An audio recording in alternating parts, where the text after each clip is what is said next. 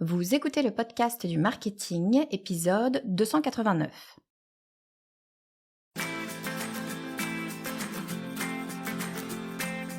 Bonjour et bienvenue. Je suis Estelle Ballot et je suis ravie de vous recevoir sur le podcast du marketing. À chaque épisode, je vous propose d'analyser les techniques marketing qui marchent, pas à pas et très concrètement, pour développer votre activité.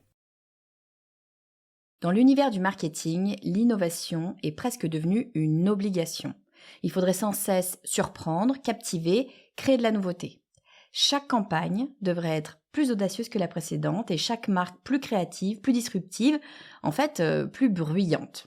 Alors c'est vrai que cette logique de l'étonnement permanent, elle séduisait hier, mais aujourd'hui, elle montre ses limites. Les consommateurs sont saturés, leur attention est fragmentée, leur mémoire, elle est sollicitée de tous les côtés. Du coup, la vraie performance, ce n'est plus forcément la nouveauté, mais c'est la constance. Ce que certains marketeurs perçoivent comme de l'ennui, c'est-à-dire une forme de répétition, de stabilité, de prévisibilité, ça peut en réalité être un atout stratégique majeur.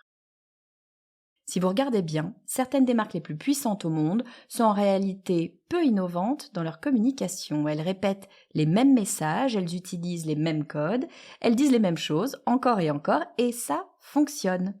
Dans cet épisode, on va explorer une idée contre-intuitive, le fait qu'une marque ennuyeuse, c'est-à-dire une marque stable, cohérente, rassurante, elle peut être bien plus efficace qu'une marque constamment en quête de nouveautés. On verra pourquoi l'ennui est souvent un jugement interne, pourquoi la répétition crée la confiance et comment certaines marques ont su transformer cette stabilité en puissance commerciale. Alors vous allez voir qu'on parle de beaucoup de choses dans cet épisode, donc je vous ai préparé un petit kit de cohérence de marque pour vous aider à tester votre marque et à voir si vous êtes réellement cohérent dans tous les éléments de votre marketing. Pour le télécharger, comme d'habitude, vous allez sur le podcast dumarketing.com/cadeau 289 ou alors vous cliquez dans les notes de cet épisode.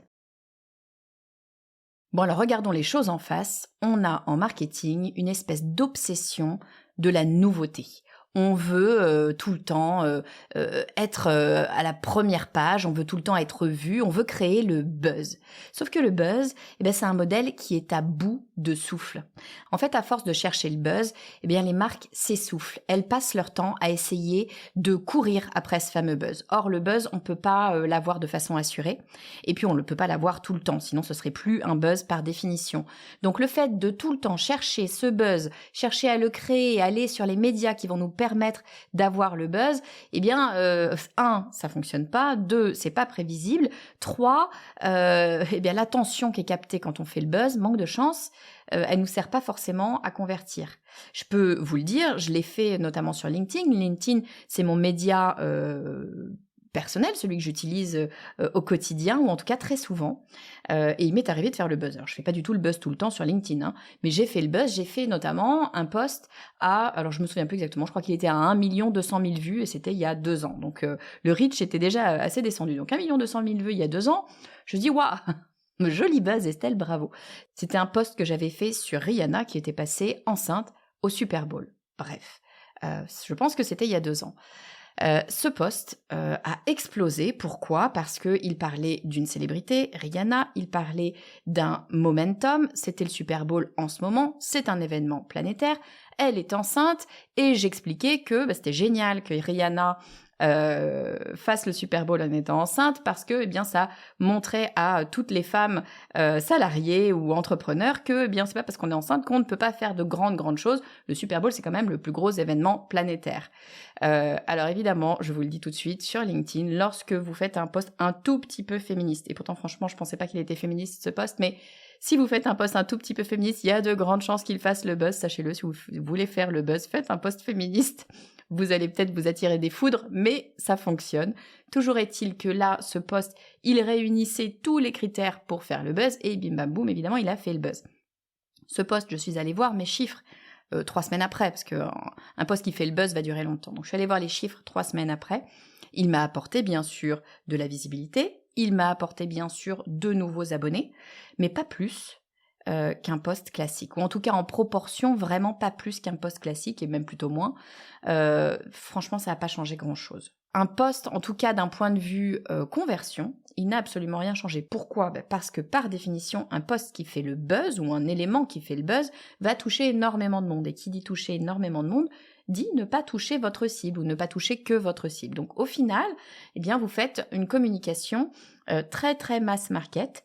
Or, eh bien, on sait bien qu'à moins de vendre de la lessive, vous n'êtes pas mass market a priori. Donc, ça ne sert à rien, ou en tout cas pas à grand-chose de faire le buzz, et surtout, ça va vous prendre énormément de temps sans pouvoir prévoir les résultats. Deuxième problématique avec cette obsession de la nouveauté, eh bien, c'est cette économie de l'attention. On a un vrai problème maintenant avec nos audiences, quelles qu'elles soient d'ailleurs, c'est que on est dans un univers où toutes les ressources sont monétisées. Et le marketing, eh bien, ça devient parfois une action au milieu d'un immense théâtre d'agitation. Il y a une surenchère d'actions, ce qui vient dégrader la qualité des messages. Et du coup, si vous dégradez la qualité de votre message, eh bien, vous venez nuire à l'image de votre marque. Et il n'y a rien de pire que nuire à l'image de votre marque, parce que l'image, c'est quelque chose qui se construit dans le temps. C'est quelque chose du temps long. C'est très facile à détruire, beaucoup plus dur à construire. Donc, attention à ces dérives qu'on peut avoir sur cette volonté d'être partout, visible tout le temps, et d'en faire trop au risque de dénaturer sa communication. Et puis il y a une troisième dérive, c'est la pression du toujours plus créatif. C'est vrai qu'on va avoir tendance à aller voir nos équipes créatives, qu'elles soient en interne ou agence, et à leur demander toujours plus, parce qu'il faut alimenter les médias, il faut alimenter les réseaux, il faut alimenter les buzz, il faut alimenter toute cette innovation, toute cette nouveauté. Oui, sauf que à force de demander toujours plus d'innovation, toujours plus de créativité, eh ben on va aller chercher des extrêmes et on va souvent faire des choix qui sont déconnectés de notre stratégie long terme. Et là, on se casse la figure encore une fois, parce que un marketing spectaculaire, c'est pas nécessairement un marketing efficace, ou en tout cas pas nécessairement un marketing efficace pour notre marque. Alors il y a un pouvoir qui est sous-estimé, c'est le pouvoir de la répétition. Souvent, quand je dis répétition, on dit « Ouh là là, non, surtout pas !» On pense, si vous êtes du même âge que moi, à la pub Mercurochrome qui nous répétait 3 fois Mercurochrome, je sais plus quoi, c'était l'enfer. Non, répétition, ça ne veut pas dire faire des choses nécessairement désagréables. Répétition, qu'est-ce que ça veut dire ? Ça veut dire mémorisation, ça veut dire familiarité, et ça veut dire confiance. Et justement, mémorisation, familiarité et confiance, ce sont des leviers cognitifs extrêmement forts. Si vous allez creuser du côté de la psychologie, eh bien tout ce qui est familier, tout ce que vous connaissez déjà, eh bien vous allez avoir tendance à lui faire plus confiance. Et la répétition va venir renforcer la mémorisation. Bah oui, on le sait bien, c'est pas parce qu'on vous a dit une chose une fois que vous l'avez mémorisée. Regardez les enfants à l'école, on va leur répéter sans cesse et sans cesse en CP, CE1, CE2, CM2, sans cesse la même chose pour que ça rentre. C'est pareil pour nous, on n'est pas mieux que nos petits. On a besoin d'une certaine répétition pour pouvoir mémoriser. Et puis cette répétition, comme elle vient diminuer l'effort cognitif, l'effort que fait notre cerveau, eh bien elle vient créer de la confiance. Encore une fois, quelque chose que l'on connaît, que l'on a entendu, qui nous est familier, eh bien on a plus facilement tendance à lui faire confiance. Et c'est là qu'on vient créer cette relation marque-consommateur. Donc extrêmement important de prendre le temps d'installer la mémorisation, la familiarité et la confiance. Alors comment on fait pour installer tout ça? L'une des façons peut-être les plus simples, les plus évidentes de le faire, c'est de passer par votre branding, vos jingles, vos slogans, vos codes couleurs, votre charte graphique. Tout ça, ça vient installer de la cohérence. C'est pas le seul moyen, bien sûr, d'installer de la cohérence, de la mémorisation, de la familiarité, de la confiance. Non, vous allez le faire aussi via les messages, mais commencez déjà très simplement par tous ces éléments-là, ces éléments de branding. Ça va vous permettre d'ancrer les choses, de mémoriser, on va mémoriser votre couleur, de vous rendre familier, on va reconnaître votre logo et de le mémoriser parce qu'à force de le voir, eh bien, il est ancré. Si vous ne me croyez pas, prenez toutes les grandes marques, ou à peu près toutes les grandes marques de grande consommation, McDonald's, Colgate, Decathlon, vous prenez celles que vous voulez, elles ont une cohérence totale de leur marque sur l'ensemble des supports, l'ensemble des médias et l'ensemble des marchés, sauf exception légale. Donc, c'est pas pour rien que ces grandes marques font ça, c'est parce que ça permet de s'installer réellement dans l'esprit des consommateurs. Ça ne veut pas dire qu'on ne peut pas changer, mais on a une cohérence sur l'ensemble des marchés. Alors l'erreur que font souvent les marketeurs, c'est qu'ils confondent l'ennui perçu et la stabilité perçue. Ben oui, souvent les marketeurs, les équipes marketing, bien elles travaillent toute la journée sur leur campagne de communication et donc, bien elles ont l'impression qu'elles sont là depuis longtemps, que c'est très répétitif, qu'on n'a pas arrêté de nous casser les pieds avec cette même campagne qu'on a passée à la télé, qu'on a passée en presse, qu'on a passée sur les réseaux sociaux, qu'on a passée je ne sais où. On ne voit que ça. Oui, mais non. Évidemment que lorsque l'on est responsable marketing d'une marque ou que l'on est à l'agence de créativité d'une marque, on a un biais sur la visibilité de nos campagnes. Évidemment qu'on voit nos campagnes partout, heureusement d'ailleurs. Évidemment qu'on voit nos campagnes partout, ça ne veut pas dire que notre audience, elle, l'a vue autant, l'a mémorisée autant et en est aussi familière, bien sûr que non. C'est comme les créateurs de contenu, ils ont l'impression de tout le temps se répéter. Moi la première, mais la réalité c'est que toute notre audience n'entend pas l'entièreté de nos messages. Donc, il faut répéter, ça n'est pas on peut répéter, c'est il faut répéter et non, ça n'est pas ennuyeux. Et puis, il ne faut pas oublier une chose, c'est que la stabilité, ça rassure, c'est gage de sérieux et de qualité. Comme on est dans un monde qui est en permanente fluctuation, les choses bougent à une vitesse folle, que ce soit dans la tech, mais même dans nos vies quotidiennes. Nos vies vont très très vite, en permanence. Il se passe énormément de choses. On est sollicité, si on parle de communication, dans tous les sens.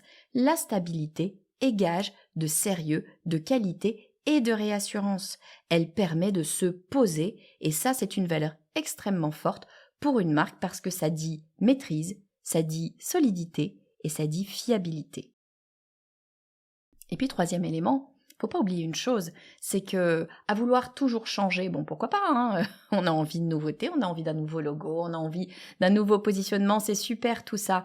On va retravailler la perception client, ça coûte cher. On va pas se leurrer, retravailler son positionnement. Attention, je ne dis pas qu'il ne faut pas retravailler son positionnement. C'est un travail à faire régulièrement, mais il ne faut pas le faire dans tous les sens, n'importe comment, parce qu'on ne sait pas quoi faire d'autre, parce que ça coûte cher de travailler un positionnement, ça coûte cher d'implémenter un nouveau positionnement. Si vous pensez ne serait-ce qu'à la charte graphique, refaire un logo, ça veut dire modifier votre logo sur l'ensemble de vos médias. Alors si vous n'êtes que digital, ça peut aller. Si vous vous appelez La Poste, eh bien, vous allez devoir changer vos logos, vos enseignes sur toutes les, je ne sais plus combien, il y a 40 000, je crois, quelque chose comme ça. J'ai plus le chiffre exactement, mais mettons 40 000 bureaux de poste, ça coûte extrêmement cher. Donc attention, repositionner, retravailler son branding, pourquoi pas, mais c'est du travail long terme, ça coûte très cher. Alors la cohérence, ça ne veut pas dire ne rien changer jamais, bien évidemment. Il va falloir que notre marque vive avec son temps, elle va vivre avec les évolutions de la marque, du produit peut-être d'ailleurs, mais elle va vivre aussi avec les évolutions du monde, de son marché, de son environnement. Donc c'est bien évident qu'on va devoir faire bouger les choses, encore heureux je dirais. Mais ça n'est pas parce qu'on introduit de la nouveauté qu'on doit casser la cohérence. La nouveauté, elle peut passer par des ajustements qui vont être subtils, des évolutions qu'on va maîtriser, des signaux faibles qu'on va intégrer petit à petit dans notre marque, dans notre communication, dans notre message. On n'est pas obligé de réinventer l'eau chaude à chaque fois. Ce qu'il faut impérativement avoir en tête, c'est notre ADN, c'est notre cœur de marque, c'est comprendre qui on est et ne jamais se trahir. Pensez à une personne, vous-même d'ailleurs, vous évoluez tout au long de votre vie, il est évident que vous évoluez. Vous n'avez pas les mêmes croyances, vous n'avez pas les mêmes habitudes, vous n'avez pas même les mêmes façons de vous exprimer. C'est la même chose pour une marque. Vous allez évoluer, la marque va pouvoir évoluer. En revanche, votre entourage va être subjugué, étonné, perturbé si vous évoluez d'un coup. Mettons que vous parlez de façon très distinguée parce que vous avez été élevé comme ça et que du jour au lendemain, vous parlez en verlan, wesh et compagnie, évidemment que les gens vont être un petit peu surpris. Alors, ça peut être intéressant si vous voulez créer le buzz, mais attention, vous allez déstabiliser tout le monde. C'est pas nécessairement une stratégie intéressante sur le long terme. Si on veut travailler la cohérence, eh bien on va évoluer petit à petit. Et quelqu'un qui a un langage très soutenu va pouvoir se détendre petit à petit et avoir un langage peut-être un peu plus décontracté au fil du temps. Ça prend un certain temps et ça avance pas à pas, tout doucement, comme dans la vraie vie. Après, bien sûr, on peut mettre de la surprise. Je ne dis pas que l'innovation, que la nouveauté, que la surprise est négative. Attention, ça n'est pas ce que je suis en train de dire. Ce que je dis, c'est qu'elle est intéressante quand elle est exceptionnelle. La nouveauté dans tous les sens, la surprise dans tous les sens, c'est plus de la surprise. C'est juste de la cacophonie où on part, on essaye tout, c'est le fameux syndrome de l'objet brillant où on essaye d'attraper tout ce qu'on peut dans tous les sens en espérant, par un geste un peu désespéré, récupérer de l'audience, récupérer de la visibilité. Non, c'est pas ça que fait une marque. Une marque, elle maîtrise son message, elle maîtrise sa communication et elle transmet un message qui est cohérent tout au long de sa vie. Alors je vous résume ma pensée sur ce fameux marketing de l'ennui. Moi je pense qu'il y a une véritable obsession de la nouveauté dans le marketing moderne et que c'est pas une bonne chose. Finalement, on s'est laissé entraîner dans cette culture du buzz, dans une économie de l'attention qui a beaucoup de dérives et une pression du toujours plus créatif et tout ça, ça nous dessert, ça dessert le marketing, ça dessert nos marques. Ce qu'on a sous-estimé, c'est le pouvoir de la répétition. Parce qu'on a oublié que la répétition, ça installe de la mémorisation, ça installe de la familiarité, ça installe de la confiance. Et ça, ce sont les 3 leviers cognitifs ultra forts pour créer une relation marque-consommateur très forte. Cette mémorisation, cette familiarité, cette confiance, comment est-ce qu'on les installe simplement ? Déjà par les codes de marque, travaillez votre charte, travaillez vos slogans, vos codes couleurs, l'art de la répétition, ça passe déjà par là. Et après, bien sûr, on va aller le travailler sur nos messages et sur tout ce qu'on va faire au sein de la marque. Mais déjà, la charte graphique, c'est un excellent point de départ. Regardez toutes les grandes marques de grande consommation. Elles ont toutes des codes ultra stables qui peuvent évoluer dans le temps, mais qui sont ultra stables et qui évoluent doucement. McDonald's, Colgate, Decathlon, elles ont toutes évolué, mais elles ont toutes gardé des codes cohérents. Ensuite, il ne faut pas se tromper entre l'ennui perçu et la stabilité perçue. Souvent, l'équipe marketing, l'équipe créative a l'impression de s'ennuyer parce qu'évidemment, elle travaille H24 presque, H24 sur les campagnes de communication. Donc, elle les voit tout le temps. On a l'impression de répéter. Oui, mais non, parce que l'audience, elle ne voit pas nos communications comme nous pouvons les voir de l'intérieur, bien évidemment. Elle ne récupère qu'une infime partie de nos messages. Donc non, ce que nous percevons comme de l'ennui n'est pas de l'ennui, c'est de la stabilité parce que notre audience a besoin d'entendre notre message plusieurs fois. Et puis la stabilité, justement, c'est une marque de sérieux et de qualité. Ça installe de la maîtrise, de la solidité et de la fiabilité. Puis troisième chose, on peut changer. Pourquoi pas ? Ça peut être intéressant de retravailler un positionnement, de retravailler une charte graphique par exemple, voire même de retravailler un message. Mais attention, ça coûte cher, il faut en être conscient, on le fait une fois de temps en temps, on le fait certainement pas tout le temps. Alors comment est-ce qu'on fait pour rassurer sans lasser ? On travaille la stratégie du twist dans la continuité, on ajuste, on fait des évolutions maîtrisées, on travaille les signaux faibles bien intégrés. Et comment est-ce qu'on fait pour évoluer sans rompre la cohérence ? On fait attention à son ADN, on se base toujours sur le cœur de notre marque. Qui est-on ? Comme une personne, on a le droit d'évoluer sans forcément changer radicalement. Et puis gardez en tête que la surprise, c'est bien quand elle est exceptionnelle parce que des surprises tout le temps, c'est plus des surprises. Voilà, j'espère que cet épisode vous aura plu. N'oubliez pas de télécharger le kit de cohérence de marque si vous voulez tester votre marque ou construire une marque forte, une marque rassurante, une marque mémorable sans avoir à vous réinventer à chaque fois. Dans ce kit, vous allez pouvoir vérifier la cohérence de vos messages sur tous vos canaux. Vous allez pouvoir identifier les points faibles de votre branding, apprendre à répéter efficacement sans lasser votre audience, aligner tous vos points de contact avec votre promesse et gagner du temps grâce à des modèles qui sont prêts à l'emploi. Je vous ai tout prévu. Pour le télécharger, vous cliquez dans les notes de cet épisode ou vous allez sur le podcast du marketing.com/cadeau289. Je vous dis à très vite.